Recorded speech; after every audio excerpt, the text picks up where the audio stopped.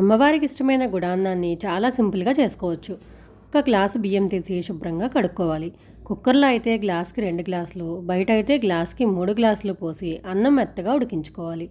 అన్నం మెత్తగా ఉడికిన తర్వాత దీనిలో ఒక గ్లాసు బెల్లం తురుము వేసుకుని చక్కగా మిక్స్ చేసుకుని పొయ్యి మీద పెట్టుకోండి.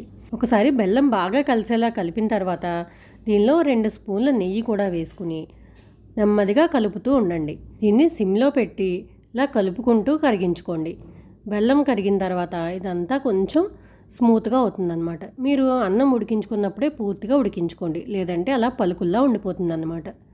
ఇలా కలుపుతూ ఉంటే మనకు 5 నిమిషాల్లో ఇది మొత్తం బెల్లం కరిగి పాకంలా వస్తుంది. ఇలా స్మూత్గా అయిన తర్వాత దీనిలో కొద్దిగా యాలకుల పొడి, నేతిలో వేయించిన డ్రై ఫ్రూట్స్, ఇంకొంచెం నెయ్యి యాడ్ చేసుకుంటే మనకి గుడాన్నం అనేది రెడీ అవుతుంది.